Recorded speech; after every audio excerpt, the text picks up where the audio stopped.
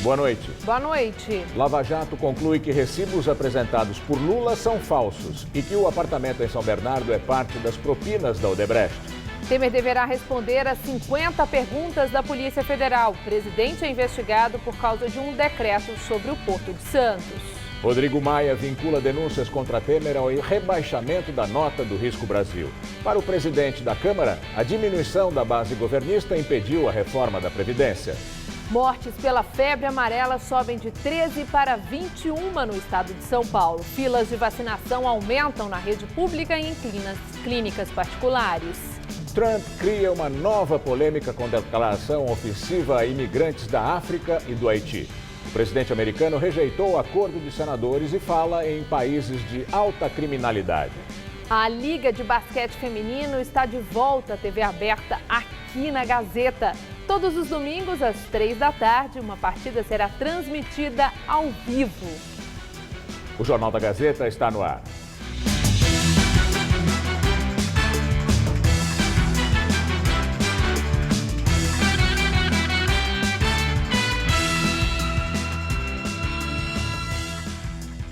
A Secretaria de Saúde confirma, subiu de 13 para 21 as mortes confirmadas por febre amarela no estado de São Paulo. O medo da população aumentou a procura pela vacina nos postos de saúde públicos e também nas clínicas particulares.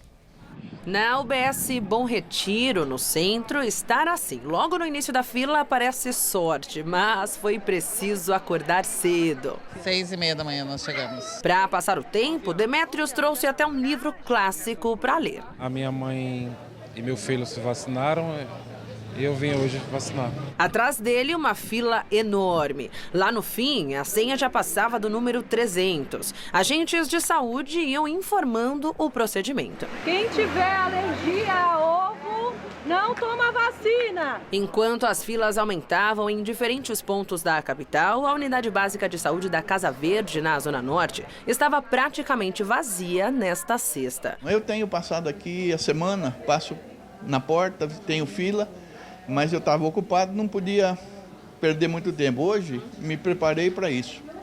E aí, tranquilo. Esta diminuição aconteceu porque a Zona Norte foi a primeira a começar a vacinação contra a febre amarela. Por lá, mais de 1 milhão de pessoas já foram imunizadas. Apesar das filas menores na região, a recomendação da prefeitura é que cada pessoa se vacine apenas próximo de casa ou do trabalho. A gente gostaria de contar também com o bom senso das pessoas que moram em outros municípios, que procurem as unidades de saúde de seus municípios para receber orientação e, se for o caso, serem vacinados, porque a dose de vacina disponibilizada no município de São Paulo são para os moradores do município de São Paulo. A partir do dia 3 de fevereiro, a vacinação na rede pública de saúde da capital vai ser com doses fracionadas, com validade de 8 anos. O certificado para a viagem só será emitido com dose padrão de vacina, segundo a Anvisa. O documento será negado para a dose fracionada. Caro cliente, informamos que a vacina contra a febre amarela está indisponível em nossas unidades. Essa informação tem sido divulgada em 2 dos principais laboratórios privados aqui da cidade de São Paulo. Isso porque a procura é tanta que muitos laboratórios já estão sem vacina. Onde ainda tem, a fila está assim, do lado de fora, como neste laboratório, aqui na Zona Sul. Até o meio-dia de hoje, mais de 300 doses já tinham sido aplicadas. Na sala de espera, dezenas de pessoas aguardando em média 3 horas. No local, a vacina inteira, sem ser a dose fracionada, custa R$ 260. Lá em Santo André estava bem mais barato, mas foi o único local que eu encontrei. Então eu acho assim, se é uma questão de saúde, a gente tem que ir atrás, correr atrás, né? O Rio de Janeiro teve a primeira morte confirmada por febre amarela em 2018. Um homem de 48 anos que morava na zona rural de Teresópolis, região serrana do estado. O governo não confirmou se o caso dele foi de febre amarela silvestre ou urbana. Grande mobilização nas redes sociais ajudam um dos maiores poetas paulistas, Cláudio Viller. Os artistas se reuniram para fazer doações ao intelectual. Aos 77 anos, Cláudio Willer está ativo. Tem trabalhado em traduções, palestras, já tem até um novo livro pronto, Dias Ácidos, Noites Lisérgicas, ainda em negociação com editoras. Autor de obras como Geração Beat e A Verdadeira História do Século XX, ele é um dos grandes intelectuais de São Paulo. Além de tradutor, ensaísta, é formado em Psicologia e Ciências Sociais pela USP e também é doutor em Letras. Mas Willer, que é um dos poetas mais importantes em atividade no Brasil, passa por uma grave dificuldade financeira. Os trabalhos cessaram a partir de 2015 e a situação se complicou. Isto não é problema meu, é problema do Brasil, porque nós estamos falando de produção do conhecimento. Normalmente, eu teria uma bolsa de pós-doc na FAPESP. Já me avisaram pessoas que gostariam que eu desenvolvesse trabalho, que no momento não tem, que é perda de tempo tentar.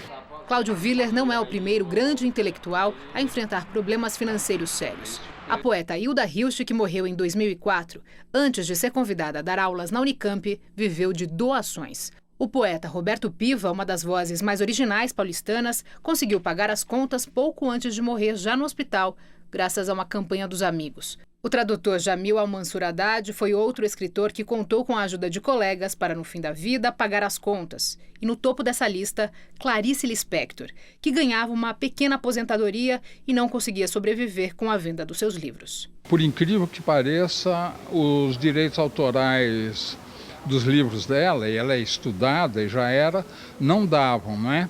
E morreu se tratando do câncer no hospital do INPS. Agora, nesses episódios todos não tinha rede social. É impressionante como rede social multiplica. Houve um apelo em meu favor, publicado no Facebook, que eu reproduzi na minha página, teve 95 retransmissões, o que é animador. As redes sociais fizeram toda a diferença para uma resposta rápida.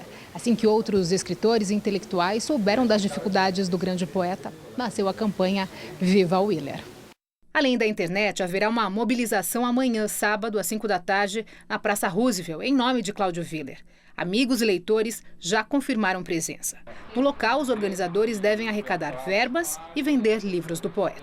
A gente aqui no Brasil vai muito mal quando a gente não respeita as nossas cabeças pensantes e não dá condições para que essas cabeças representem o Brasil. O presidente Temer prepara com o advogado e amigo as respostas ao questionário da Polícia Federal sobre o decreto de portos. O PMDBista é acusado de receber propina para beneficiar empresas do setor portuário.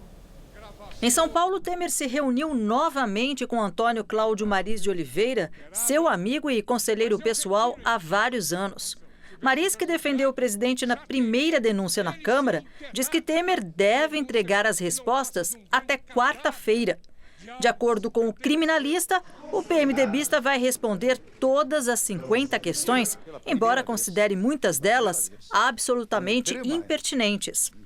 O inquérito investiga se, ao editar o decreto dos portos, Temer favoreceu a empresa Rodrimar, que atua no Porto de Santos. O documento foi assinado pelo presidente no dia 10 de maio do ano passado e aumentou o prazo dos contratos de concessão de áreas portuárias de 25 para 35 anos, podendo prorrogá-los por até 70 anos.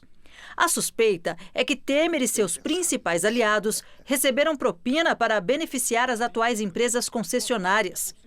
Neste inquérito, são investigados Rodrigo Rocha Loures, o homem da mala da JBS Friboi, e os amigos, o coronel João Batista Lima Filho e o ex-assessor José Yunes. O interrogatório de Temer é uma das últimas diligências do inquérito.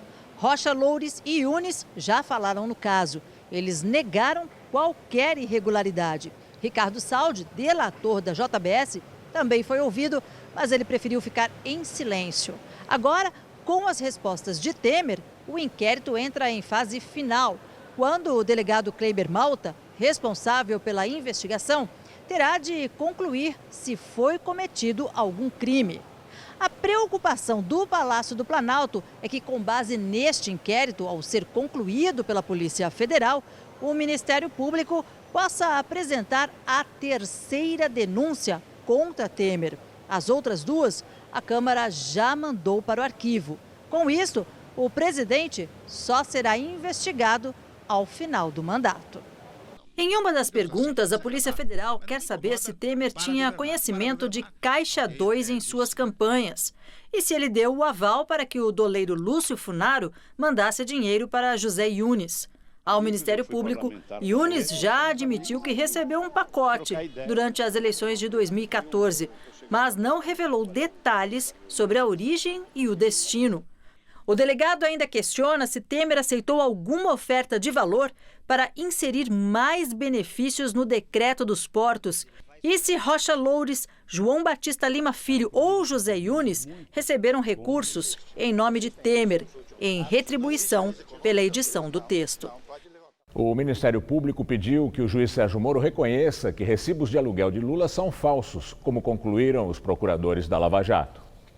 Os documentos foram entregues para comprovar o aluguel do imóvel vizinho à residência de Lula em São Bernardo do Campo e assinados por Glaucus da Costa Marques, primo do pecuarista José Carlos Bunlai, amigo pessoal de Lula. Uma investigação foi aberta para apurar a autenticidade dos recibos. Parte deles apresenta erros de grafia e datas que não existem. Os procuradores sustentam que o ex-presidente nunca pagou pelo imóvel até 2015. Glaucus é apontado como laranja do petista. De acordo com o Ministério Público, ele comprou o imóvel com dinheiro de propina da Odebrecht.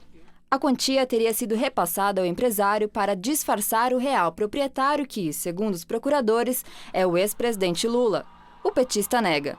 E em outro processo em que Lula é réu, o caso que envolve o triplex em Guarujá, o Tribunal Regional Federal da 4ª Região de Porto Alegre liberou os servidores e suspendeu os prazos processuais no dia 24. Apenas funcionários diretamente envolvidos devem trabalhar no dia em que o recurso do petista será julgado. As medidas fazem parte do esquema de segurança que será montado pelo TRF. O PT e movimentos sociais prometem fazer manifestações em apoio a Lula no dia do julgamento. O prefeito de Porto Alegre, Nelson Marquesan Júnior, do PSDB, chegou a pedir o apoio do Exército e da Força Nacional. O governo federal ainda não se manifestou sobre o assunto. A presença de Lula ainda é incerta. A defesa do petista pediu para que ele seja ouvido antes, mas os desembargadores ainda não se manifestaram. Nesta ação penal, Lula foi condenado pelo juiz Sérgio Moro a 9 anos e meio de cadeia pelos crimes de corrupção passiva e lavagem de dinheiro. Para o Ministério Público, o triplex em Guarujá é de Lula e foi dado ao petista pela empreiteira OAS como forma de propina. O ex-presidente nega. Caso a sentença seja mantida, o petista pode ficar fora da eleição deste ano. Líder nas pesquisas de intenção de voto, ele poderá ficar inelegível por causa da lei da ficha limpa. O PT diz que não tem plano B e que Lula deve ser o candidato do partido, mesmo que os desembargadores mantenham a condenação. Em nota, os advogados de Lula afirmam que as alegações do Ministério Público são improcedentes e que os procuradores não têm critério na escolha das provas, reconhecendo como idôneo só aquilo que confronta a defesa de Lula. Daqui a pouco, Maria Lídia Flandoli entrevista Paulo Fiorillo, presidente do Diretório Municipal do PT de São Paulo, sobre a expectativa do partido para o julgamento do ex-presidente. Uma paulistana do Ipiranga trabalhou muito tempo como publicitária, depois como professora, mas caminhos diferentes fizeram dela uma espécie de representante da culinária baiana em São Paulo. O bar e restaurante que comanda no bairro de Santa Cecília atrai uma clientela ávida por saborear os acarajés feitos ali, na hora. Por isso, Luísa Saliba é uma personagem que é a cara de São Paulo. Um quê da Bahia passou pela Luísa e ficou. Coisa de 15 anos atrás. Foi nessa época que ela e o marido abriram uma portinha aqui em Santa Cecília para vender acarajé por influência de uma amiga de Salvador. Logo ela, uma paulistana nascida no Ipiranga, filha de pai libanês e mãe italiana. Eu acho que é um pouco de missão, eu acho que é um pouco de oportunidade que a vida trouxe. É que depois de 23 anos como publicitária, a portinha era na verdade uma portona, só precisava ver. Aí eu me vi fora da publicidade e fora daquele convívio, alunos, sala de aula. E aí Eu falei, bom, vou procurar emprego. Mas aí o meu marido olhou para mim e falou assim, mas você vai procurar emprego por quê? Vamos trabalhar aqui, vamos tocar juntos o nosso negócio. De lá pra cá, quantos bolinhos de feijão ou acarajé já saíram dessa cozinha? Por semana, 900, tudo feito na hora. Abre seu bolinho, assim que a gente sugere. Põe a saladinha, agora você vai comer o caruru, que é o quiabo todo picado na mão, cortado em cruz e picado. Faz um sanduichinho. Quando essa casa começou, eu fazia 2 quilos de quiabo por semana. Agora são 60 quilos por semana. Ah, bem. Quando a gente vai para o Nordeste, a gente come, não esquece. E a gente quer ter isso aqui em São Paulo, né? Então, acho perfeito. E quando você acha que já está bem satisfeito, com muito acarajé, todos os temperos, pimenta, bem satisfeito mesmo, tem mais. Um ponto alto aqui da casa. 1.115 cachaças.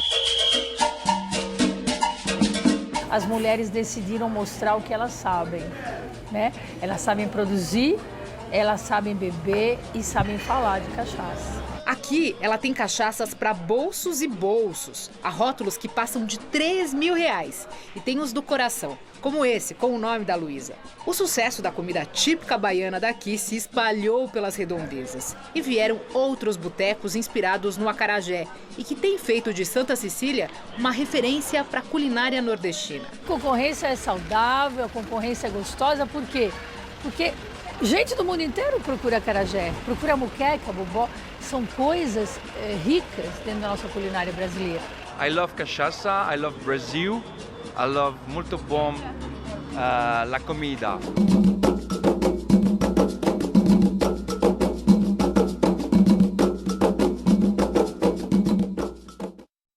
São Paulo é mesmo uma bela cidade quando o assunto é variedade gastronômica. Mais de 1.000 produtos da culinária sul-coreana podem ser encontrados no mercado no Bom Retiro. Vai entrando e vai não entendendo nada. Pelo menos se você é um desses que não falam coreano. Sim, estamos em São Paulo e tá tudo bem, porque há 30 anos que a coisa funciona assim e dá certo. Quer ver? Eu aqui 40 anos mais.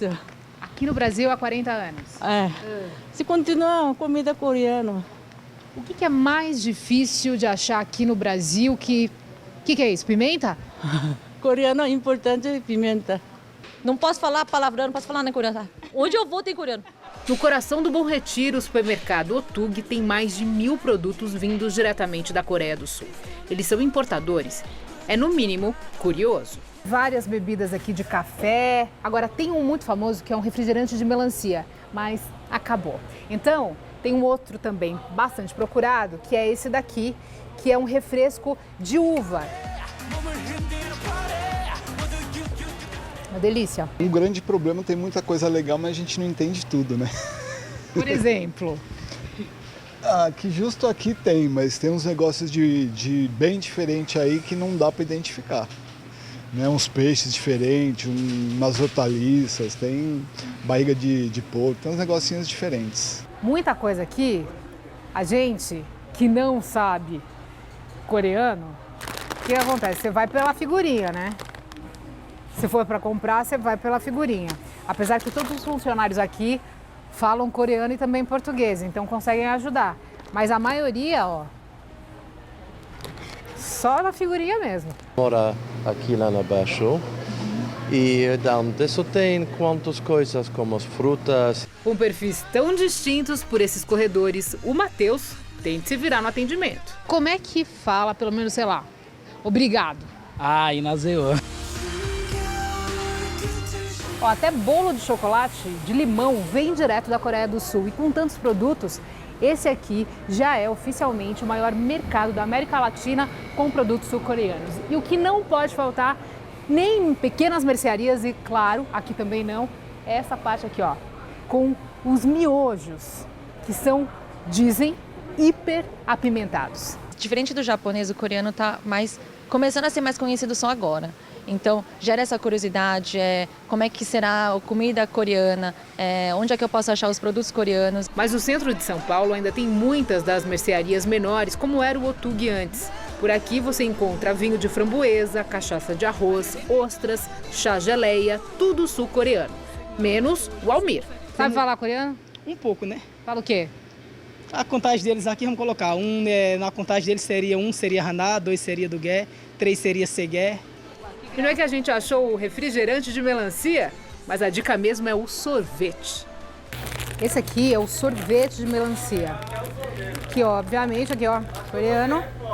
E tem até o caroço.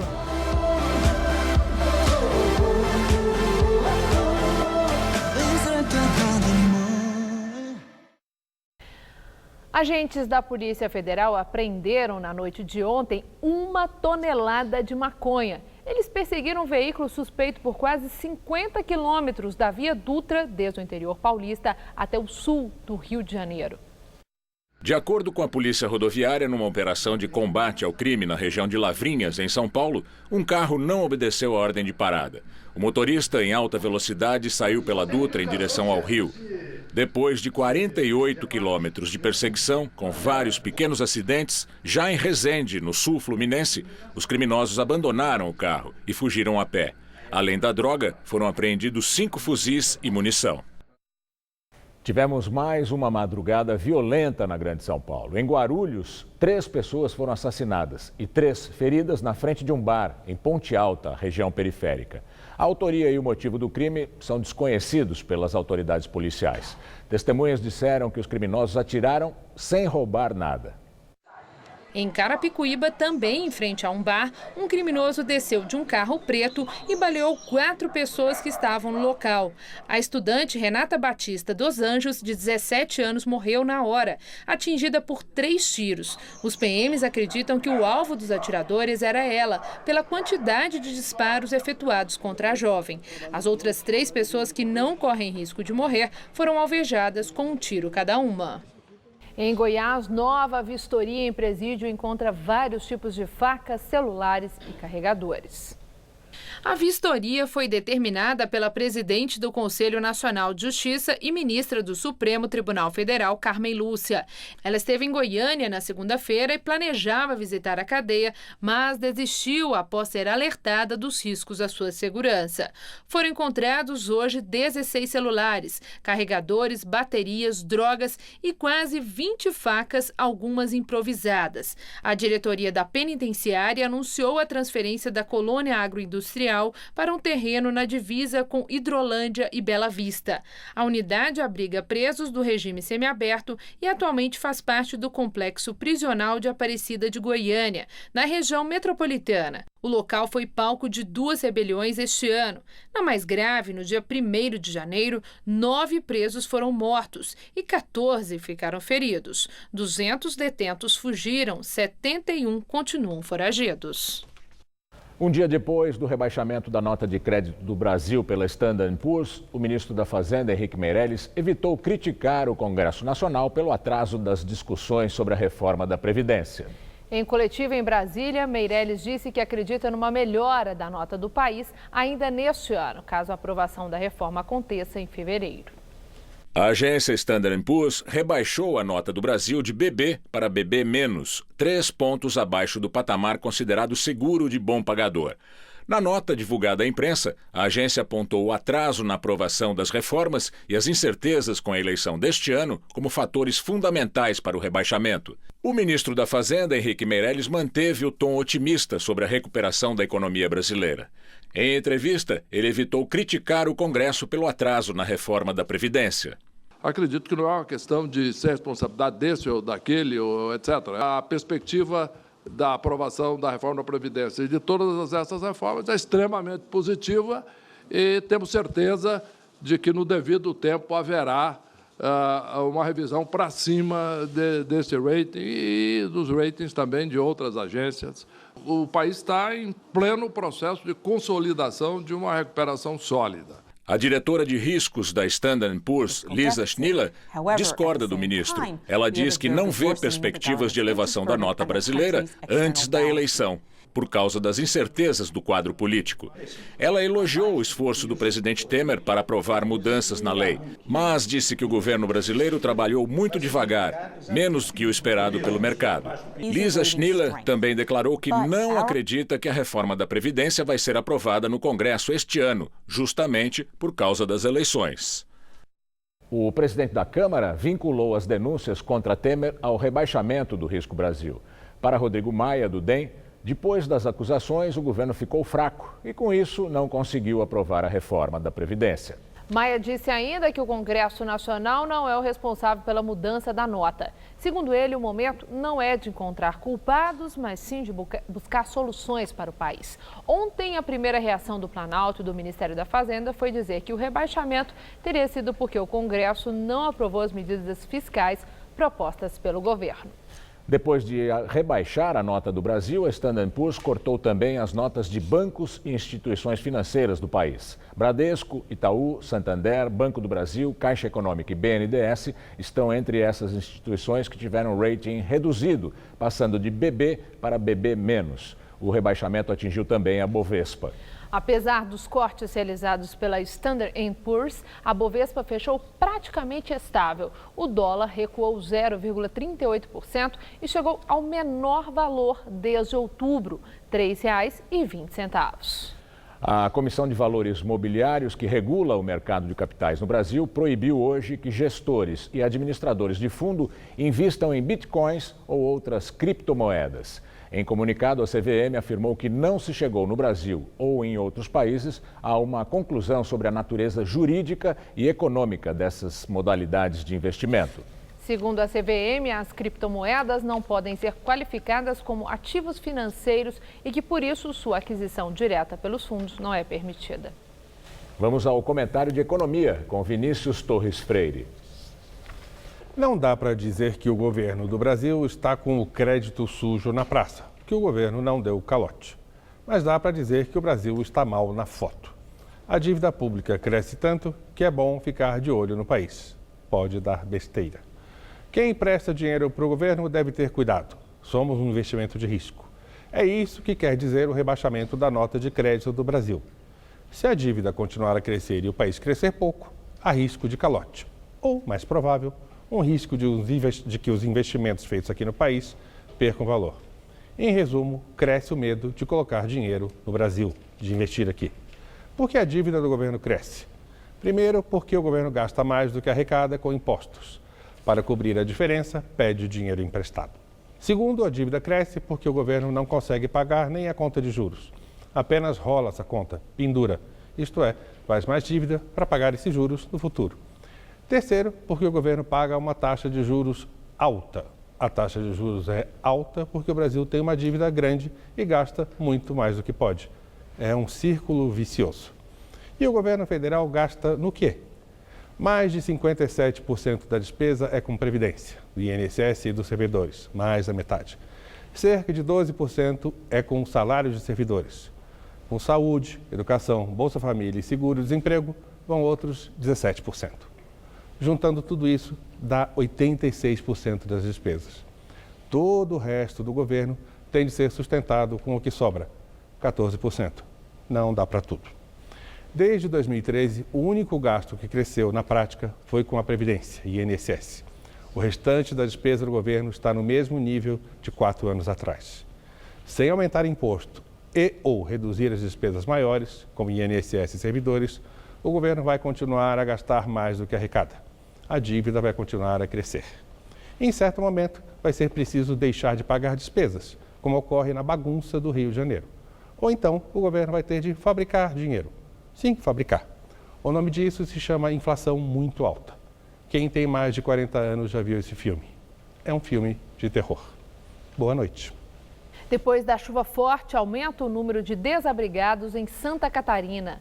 3 pessoas morreram. Segundo a Defesa Civil, mais de 1.000 pessoas estão desabrigadas. 155 estão em abrigos. Com a chuva, mais de 3.700 pessoas de 21 municípios foram atingidas. A meteorologia diz que há chance de mais chuva, mas mais fraca que a dos últimos dias. Choveu forte hoje em parte do interior de São Paulo por causa do tempo abafado. Já aqui na capital, a semana vai terminando com temperaturas agradáveis, muita nebulosidade, mas só com chuva fraca. Vamos ver com Mariana Armentano se o tempo abre no fim de semana.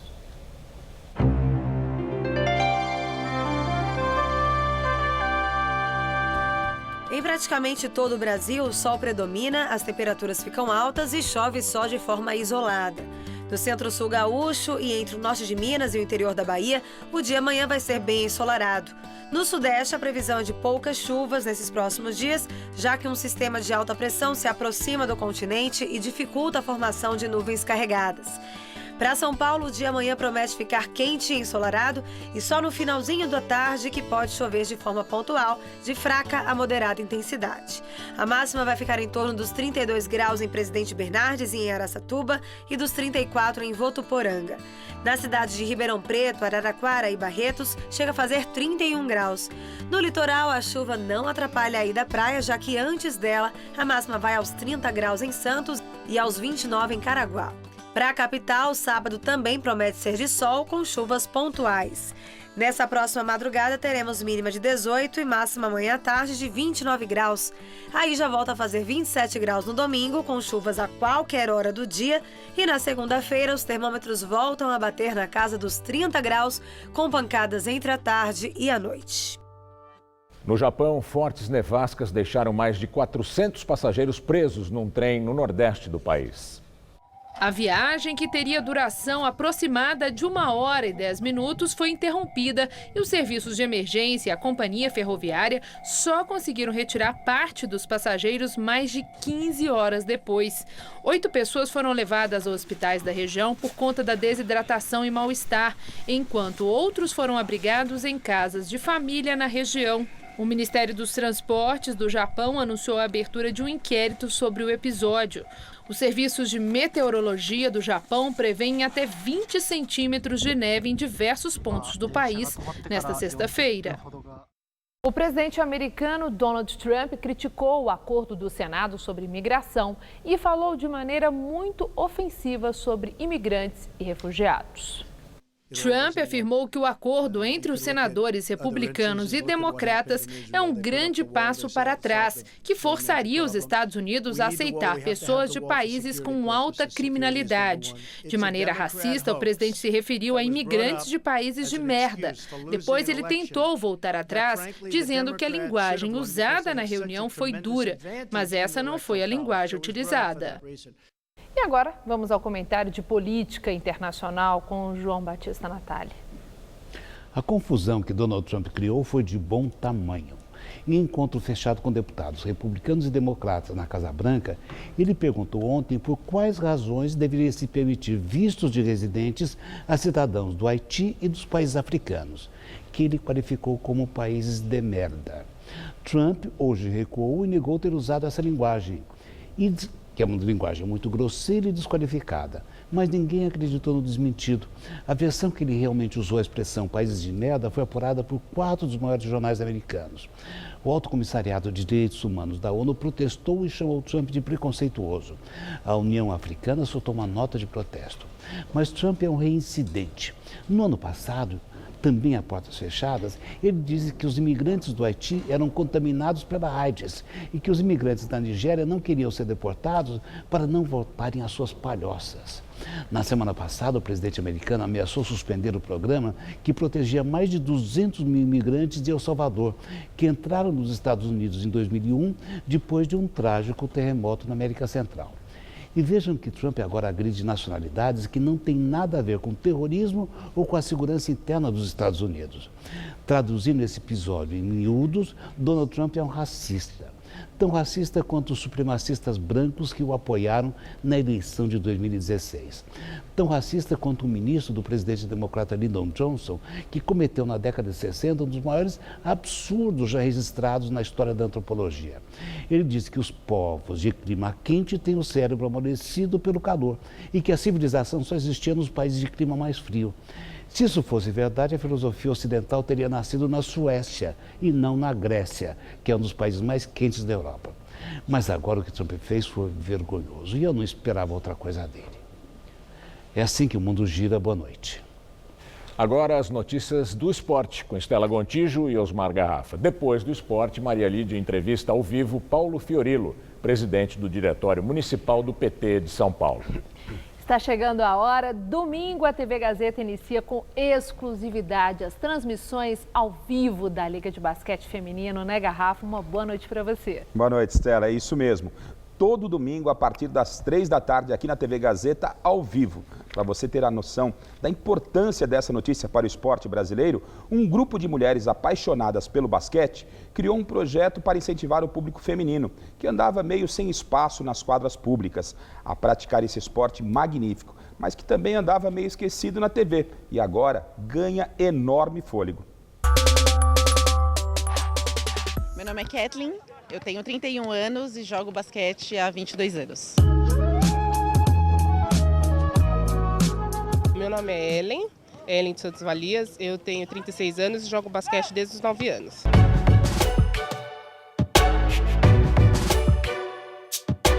Meu nome é Patrícia Rosendo, eu jogo basquete desde os 3 anos de idade.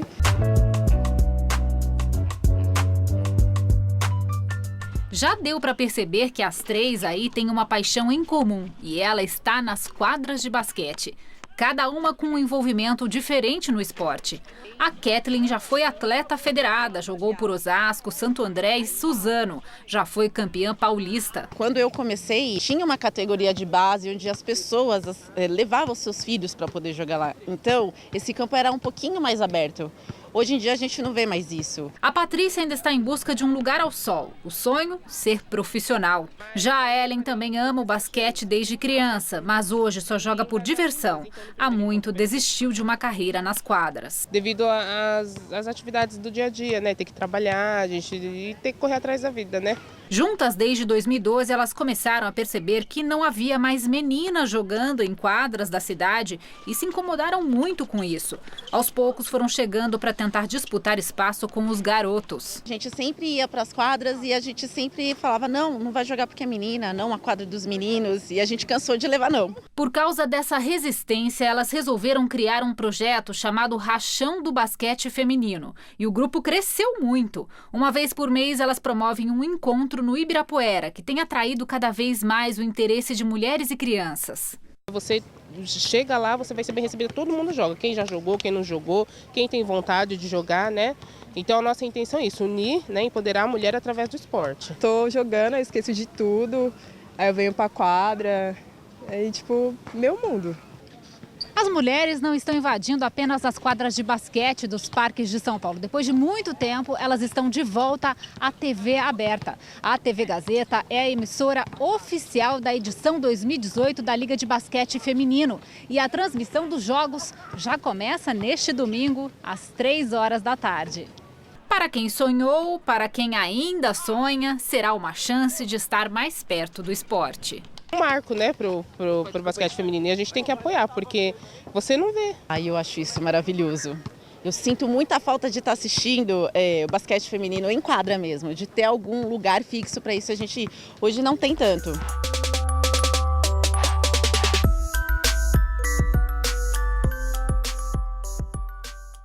Olha, a iniciativa da TV Gazeta é maravilhosa porque incentiva uma nova geração no esporte, assim conseguiremos resultados, né, nas Olimpíadas e nos jogos, nas competições. Né? E a própria reportagem mostra que não atinge apenas o aspecto profissional, claro. Né? O amador também pode se movimentar. Essa é a ideia da TV Gazeta com essa iniciativa. De incentivar o esporte, claro, né? claro. Muito legal, muito legal. Um detalhe muito importante, nós não estaremos apenas com o jogo, nós teremos o antes e o depois da partida. Os bastidores. Então, todo o departamento de esportes da TV Gazeta, com jornalismo, todo mundo empenhado a partir do próximo domingo, 3 da tarde, cobertura completa, Estela.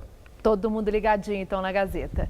E neste sábado, às 4 da tarde, o Corinthians volta a campo pelo torneio inaugural do ano, disputado lá na Flórida, nos Estados Unidos.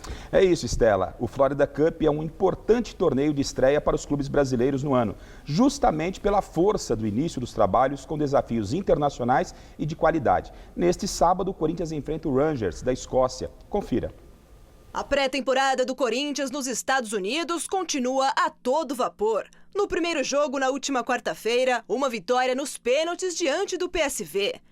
O novo desafio do Clube Paulista na Florida Cup é amanhã às 4 da tarde, horário de Brasília, contra o Rangers, da Escócia. Para esta partida, o técnico Fábio Carille deve começar com os mesmos jogadores do último jogo. a tendência é que nesta partida os titulares fiquem um pouco mais em campo. Pelo menos é o que acredita Rodriguinho, autor do primeiro gol corintiano na temporada. O que eu tô achando é que a gente deve jogar um pouco mais que 45. Os trabalhos na Flórida estão intensos para que os jogadores retomem a forma física depois das férias. A estreia no Paulistão já é na próxima semana, por isso todo cuidado é pouco para que ninguém sofra uma lesão. A gente tem que ir devagar, não tem jeito, né? A preparação é curta ainda, pouco tempo de trabalho, mas a gente vai evoluindo a cada dia. Esses jogos são importantes para dar ritmo pra gente, porque até em seguida já temos o Campeonato Paulista, então temos que tentar meio que acelerar o processo. Logo depois do jogo de sábado, o Corinthians já retorna ao Brasil com previsão de chegada no domingo pela manhã. Na quarta-feira, o time faz a primeira partida no Campeonato Paulista, contra a Ponte Preta no Pacaembu. E no São Paulo, as contratações não param de acontecer. Hoje foi o dia de apresentação de mais um reforço. Garrafa, dessa vez, chega ao Morumbi. Quem que é, hein? É o Galo Cego. O zagueiro Anderson Martins, que veio do Vasco da Gama. E apesar do apelido de Galo Cego, ele é conhecido por trabalhar muito forte e marcar muito bem os adversários. Acompanhe. O São Paulo quer chegar longe nesta temporada e alçar voos maiores. Não é mesmo, Petros? Pois é. E para isso se reforçou no ataque, no gol e também na zaga. Você vai conhecer um pouco do mais novo contratado. É esse aí que não brinca em serviço, o Anderson Martins. Ele chegou cheio de planos. Tudo bem que na apresentação, uma gafe do Ricardo Rocha. A gente fica feliz com a chegada do Anderson aqui no Vasco da Gama e desejar uma boa sorte para ele. O zagueiro, na verdade, saiu do Vasco, onde ficou por 6 meses. Tempo considerado pequeno, mas difícil na colina, com salários atrasados. Vida nova para o Anderson Martins aqui no São Paulo. Novidade também é a concorrência. Ele chega com 2 zagueiros estabelecidos na posição, Rodrigo Caio e o equatoriano Arboleda. A gente sabe da qualidade de todos os jogadores que estão aqui, né? O Rodrigo, o Arboleda e os outros que aqui estão também. A gente tem que procurar grandes desafios, né? Na nossa vida a gente não pode se acomodar e foi isso que me fez tomar essas últimas decisões nos últimos dias. Aos 30 anos, o atleta vai reencontrar um antigo colega dos tempos de Vitória e Corinthians, que gosta de empinar pipa e também colocar apelidos. O Pet sempre brincalhão, né? Ele gosta de brincar. Os meus companheiros colocaram esse apelido de Galo Cego, né? Assim, fico, é uma brincadeira sadia, mas nada que eu fique chateado, entendeu? Do apelido, né? Vale, tá valendo, Estela. Obrigada, Garrafa. Boa noite. Bom fim de semana, tchau. Bom fim de semana, até segunda. É com você, Gamberini. Você vai ver daqui a pouco, na entrevista do dia com Maria Lídia, o vereador Paulo Fiorilo, presidente do Diretório Municipal do PT de São Paulo. Até já. Na entrevista do dia com Maria Lídia Flandoli, o ânimo do PT às vésperas do julgamento de Lula. Entrevisto Paulo Fiorilo, presidente do Diretório Municipal do PT de São Paulo. Muito obrigada, Fiorilo, por estar conosco. Eu quero começar exatamente sobre isso. É um momento de muita incerteza, de muita ansiedade. Como é que está o ânimo do PT às vésperas do julgamento de Lula? Bom, primeiro agradecer o convite, é sempre um prazer participar aqui. O PT está organizando as atividades em defesa do Lula, em defesa da democracia. Sábado agora a gente tem uma primeira atividade nacional, que são as inaugurações dos comitês em defesa do Lula e da democracia. Aqui em São Paulo a gente vai ter 2 inaugurações, às 11 e às 14. Depois a gente tem no dia 18 um grande ato com intelectuais e artistas junto com o Lula na Casa de Portugal em São Paulo. No dia 23 a gente faz uma vigília aqui na Paulista, em frente ao Tribunal Regional Federal. E por fim, no dia 24, a gente vai ter um grande ato com o Lula aqui na Paulista. Então o PT está no dia do julgamento. No final da tarde. Após o julgamento. Possivelmente após o julgamento, se não ocorrer nenhum pedido de vistas ou algum outro motivo que postergue a decisão. E nós vamos receber o Lula aqui na Paulista num grande ato. Além dos companheiros, dos militantes que vão a Porto Alegre acompanhar e participar das atividades de Porto Alegre. Bom, aí, assim, 2 perguntas. A primeira, vocês estão com medo de Lula ser condenado e preso?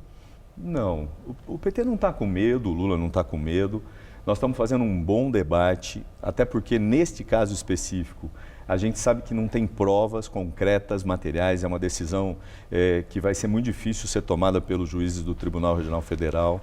Então, o PT está muito tranquilo, o Lula está muito tranquilo e a gente tem feito grandes atividades em São Paulo e nos outros estados em defesa não só do Lula, mas da democracia, questionando esse tipo de julgamento sem provas. Bom, com toda essa mobilização, e que não é só em São Paulo, em todo o Brasil, não é verdade? No Brasil e fora do Brasil, no exterior também. Mas a segunda pergunta, né, daquelas duas que eu tinha te falado relacionadas a isso, é o seguinte: vocês acreditam que com essa mobilização possam influenciar, intimidar, de alguma forma, condicionar a decisão dos desembargadores que vão julgar o caso do Lula? Não, de jeito nenhum. O que a gente está mostrando para o Brasil é que o julgamento tem uma importância muito grande para a democracia e que, portanto, há de fato sim uma responsabilidade daqueles que vão fazer o julgamento.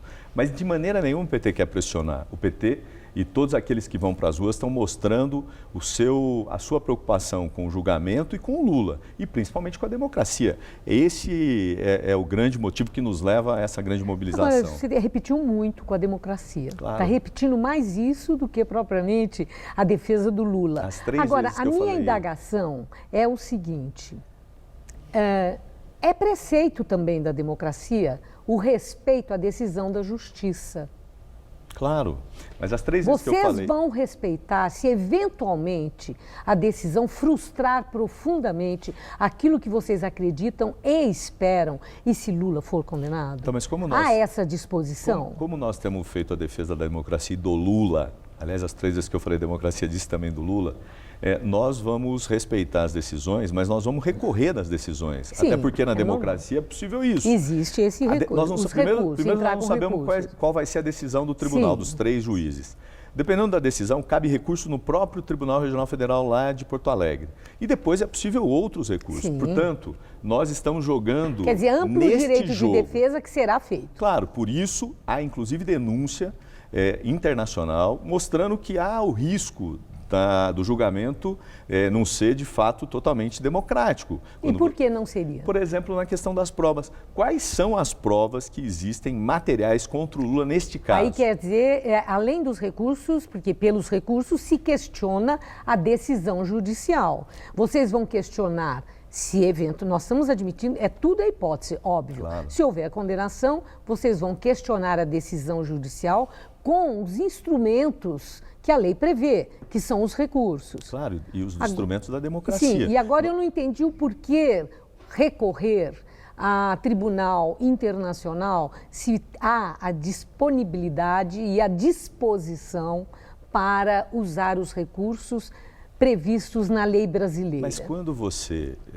recorre na lei brasileira, você não está impedido também de recorrer aos tribunais internacionais? Não, impedido não, mas eu estou perguntando a razão disso. Faz parte do jogo democrático. É um recurso a mais? Claro, faz parte do jogo democrático. Sim. Por isso o PT Com vai utilizar de todos os recursos para mostrar a inocência do Lula e defender a democracia. É essa a grande bandeira que a gente está levantando. Bom, nós falamos muito sobre a hipótese do Lula ser condenado. Agora vamos falar na outra hipótese, dele não ser condenado e continuar candidato. Ele está em primeiro lugar nas pesquisas.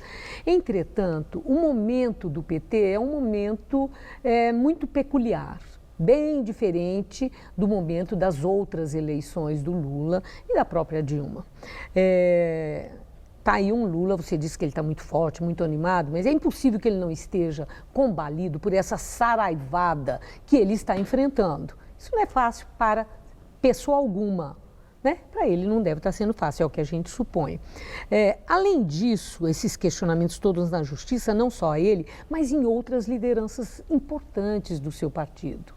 E há ausências muito significativas nesse momento, do próprio Palocci, o Zé Dirceu, Marco Aurélio Garcia, que morreu, o Berzoini, que está afastado da política. Vocês estão com nomes que tiveram também muita atuação e muito peso em campanhas anteriores do Lula. Fora os marqueteiros competentes que vocês tiveram, que não vão ter mais, o Duda, o João Santana, e um dinheiro muito curto. A situação está adversa para o Lula nesse sentido que eu arrolei agora? Mas esse cenário que você traça não é um cenário só para o Lula. É um cenário para todos os partidos que vão disputar a eleição. Ou nós vamos esquecer aqui qual é a situação do PSDB com o Aécio, com o Serra, com o Alckmin, com vários outros que estão envolvidos. Ou mesmo com o PP, ou com o PR, ou assim por diante. Então, nós vamos viver uma eleição que ela é uma eleição diferente de todas as outras. Para o PT, mas também para os outros partidos.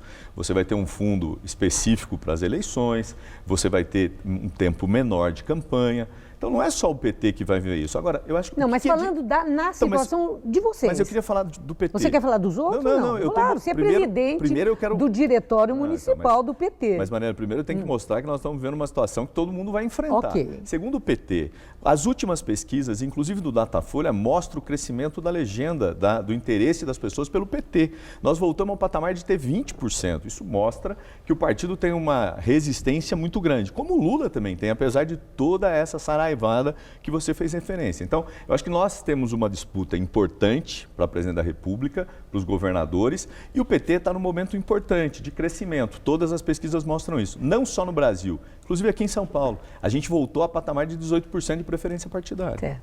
Agora, uma última questão. Nós estamos falando sobre as hipóteses, não é verdade? Claro. Bom, líderes petistas já disseram aqui que não existe plano B no PT. O nome é o do Lula e vocês não têm no bolso do colete outro nome, caso o Lula não possa ser candidato pela lei de ficha limpa, etc. e tal. Muito bem. A pergunta é, se eventualmente Lula for condenado, entra com os recursos, etc., você tem segurança, vocês têm no PT, que os aliados, aqueles que hoje apoiam Lula, os eleitores que compõem, aqueles da preferência de voto que põem Lula em primeiro lugar, vão continuar fiéis a ele e até o fim da campanha, ou vão, principalmente, os candidatos dos partidos que apoiarem vocês e do próprio PT, vão continuar fiéis a Lula ou vão bandear para outro candidato com mais possibilidade? Tudo numa questão de sobrevivência política. Vou ficar aqui abraçado nesse que tá balança, mas não cai, ou vou no outro que tem mais chance? Você acha que vai haver lealdade, fidelidade? Bom, primeiro reafirmar aqui que o PT não tem plano B. Nosso candidato é o Lula, vai ser candidato, vai estar na cédula e tem muita chance de ser eleito. Até porque as últimas pesquisas mostram isso, 35%, 42% no Vox Populi. Segundo, a questão da lealdade e fidelidade, que foi a pergunta. Sobre a segunda questão, eu acho que é isso que vai definir a lealdade, que vai definir aqueles que estarão juntos. A força do presidente Lula é muito grande no Brasil. Mas é sobrevivência política também, né? Vai que o pessoal fica com medo. Por isso que eu estou dizendo, se o Lula vai estar na cédula, não vai que, né? As pessoas vão participar do processo eleitoral tendo Lula como candidato a presidente. Então, eu não vejo essa preocupação agora. Não há. Agora, como nós estamos a 10 meses da eleição, tem todo um processo à frente. Sem dúvida. Muita água vai correr rolar, embaixo dessa ponte. Muito obrigada. Uma boa noite. Eu que agradeço. Boa noite. Gamberini. Uma última notícia. Agora há pouco, o Palácio dos Bandeirantes informou que o Ministério da Saúde vai mandar mais 1 milhão de doses da vacina convencional contra a febre amarela aqui para o estado de São Paulo. 500 mil chegarão na terça-feira da semana que vem. O material será distribuído na rede de saúde dentro da rotina comum de imunização, que já está sendo feita. A data de entrega da segunda e última parte das vacinas ainda será definida pelo Ministério da Saúde. O Jornal da Gazeta termina aqui. A edição de hoje pode ser vista no site do Jornal da Gazeta. Mais notícias em nossa edição das 10. Uma excelente noite para você. Boa noite e até amanhã.